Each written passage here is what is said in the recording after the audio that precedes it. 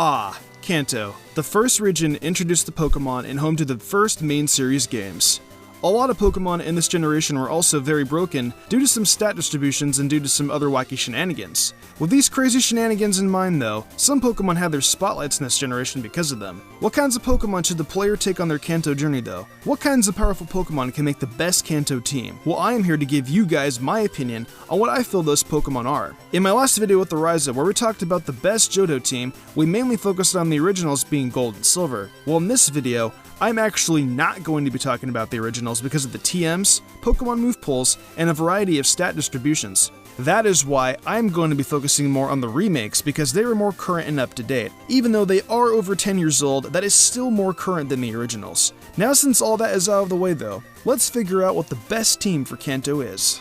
So as a lot of you guys may know, Ryza does a series on his channel where he talks about the best starter Pokemon for each region. For his Kanto starter, him and Exilian ended up getting Bulbasaur as the best possible choice, and I have no objections with this, so Bulbasaur is going to be our starter Pokemon. If you guys want to find out why Bulbasaur is the best, click this annotation here. Now since we have our starter Pokemon, we need to find 5 more Pokemon to build around it. We know that the Bulbasaur line does fairly well against the Kanto gym leaders, but there are types it does struggle against. So I feel the first Pokemon we should focus on is a ground type. And I think I have the perfect one in mind, Nidoking. The player literally has access to Nidoking right after Brock. Nidoran can be caught in one of the earliest routes in Kanto right next to Viridian City, and evolves in the Nidorino right after the battle with Brock. Either that, or it should evolve sometime within Mount Moon. The fact that the player can get a final stage evolution Pokemon that early in the game is pretty ridiculous. Not to mention Nidoking gets a great move pool to deal with a lot of the gyms in the Elite Four. It also gets access to Dig right after Misty's gym. Dig is an 80 power attack, and even towards the late game before the player has access to Earthquake, it still is pretty powerful.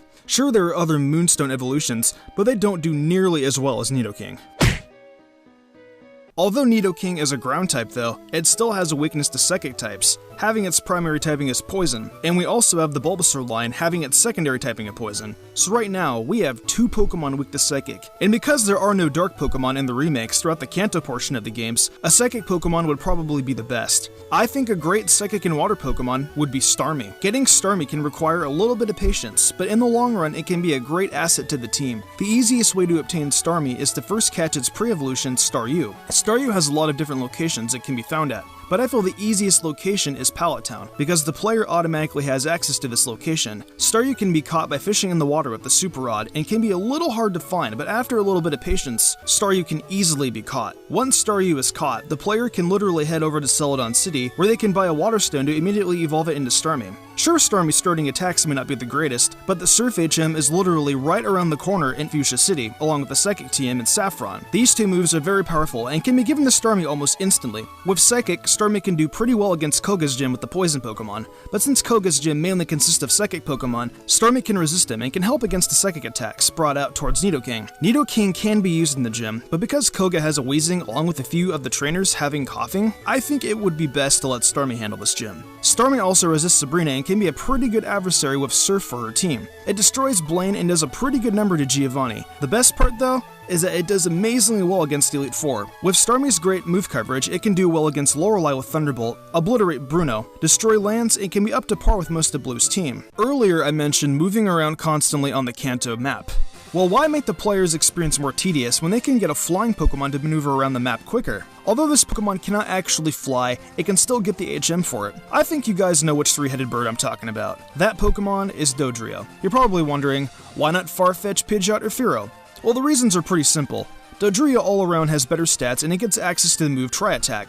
Although Tri-Attack is a special attack in the later generations, in Generation 3 it is considered as a physical attack because all normal attacks are physical in this generation. Not to mention Tri-Attack has a base stat of 80 power, and it has a chance to either burn, freeze, or paralyze the opponent. That being said, it has more power than all of the other normal flying's normal attacks. As for flying moves, the player can teach it Fly literally right after they catch it, and if they don't like the 2-turn process, just teach it the Aerial Ace TM, which is obtainable right before the Rock Tunnel. As for gym leaders, it only really does well against Erica. The only thing Dodrio is really good for is just being the best flying type in the game, and I am sure no player wants to keep constantly going to the PC just to grab a Pokemon that can fly. Dodrio is just used for mobility and can hit pretty hard with its Tri-Attack. So I already know a lot of you are asking, Mystic, why not Aerodactyl? Well, the problem I have with Aerodactyl is how late you get it in the game, and the level it comes at. However, I cannot say it is a bad Pokemon because it is actually a very good one at that. If the player has the patience to level it up and train it by that point in the game, by all means go for it. For our next Pokemon, let's head down to Celadon City because we're about to do some breaking and entering. We have to go behind this building, up the stairs a few floors, and take a Pokeball on the table.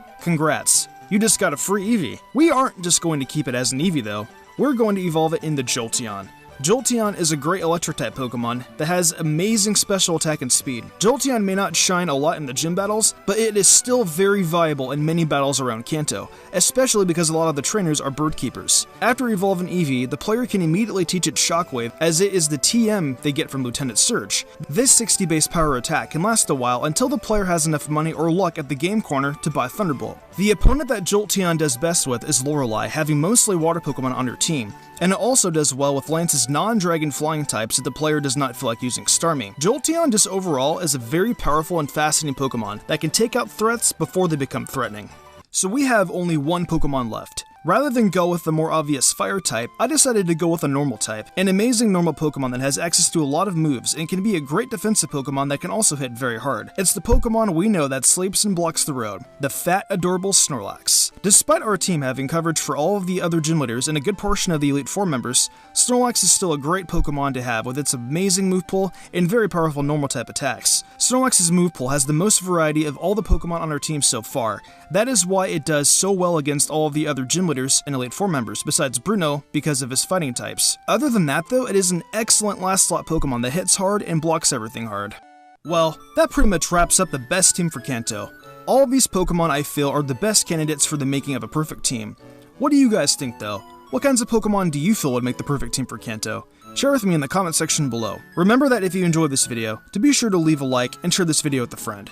With all that being said though, I've been Mystic Umbreon, and I will see you in the future for more Pokemon content.